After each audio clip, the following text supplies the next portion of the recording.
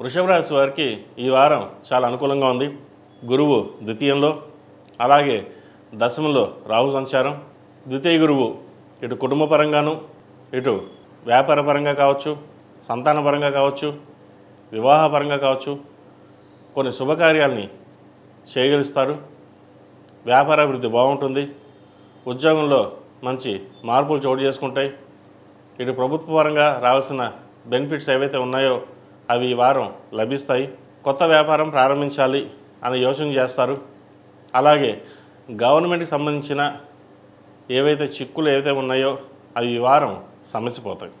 ఎప్పటి నుంచో గవర్నమెంట్ పరంగా ఇబ్బందులు పడుతున్నవారు, ట్యాక్స్ సంబంధించి కావచ్చు, జిఎస్టీకి సంబంధించి కావచ్చు, ఈడీకి సంబంధించి కావచ్చు, అది ఏవైనా సరే అవి ఈ వారం ఒక కొలుకు వచ్చే అవకాశం ఉంది. వాటి నుంచి బయటపడగలుగుతారు. రియల్ ఎస్టేట్ కావచ్చు, సాఫ్ట్వేర్ రంగం కావచ్చు, ఎలక్ట్రానిక్ మీడియా, సినీ కళ రంగం, వీరికి ఈ వారం చాలా అనుకూలంగా ఉంది. గురువు వీరికి చక్కగా ఉన్నాడు కాబట్టి ఏ పని చేసినా సంతోషకరంగా ఉంటుంది. ఎప్పటి నుంచో ఇబ్బందులు పడ్డాం, మాటలు పడ్డాం, బాధలు పడ్డాం, జీవితం ఇంతేనా అనుకున్న వాళ్ళకి ఈ వారం నుంచి కొంతవరకు చాలా బాగుందని చెప్పచ్చు. బంధువర్గంతో, మిత్రవర్గంతో ఆనందంగా గడుపుతారు. శుభకార్యాలు పాల్గొంటారు. కొన్ని శుభకార్యాలు చేయగలుగుతారు. ఎప్పటి నుంచో వివాహం కాని వారికి మంచి సంబంధం కుదురుతుంది. సంతానాభివృద్ధి చక్కగా ఉంది.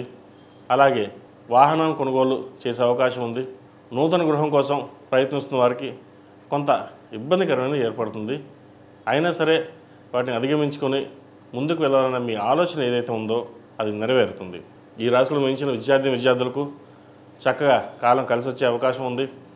వైద్యవతులు ఉన్నవారికి, సాఫ్ట్వేర్ రంగంలో ఉన్నవారికి, ఈసీ ఎలక్ట్రానిక్ రంగంలో ఉన్నవారికి ఈ వారం కలిసి వచ్చే విధంగా ఉంది.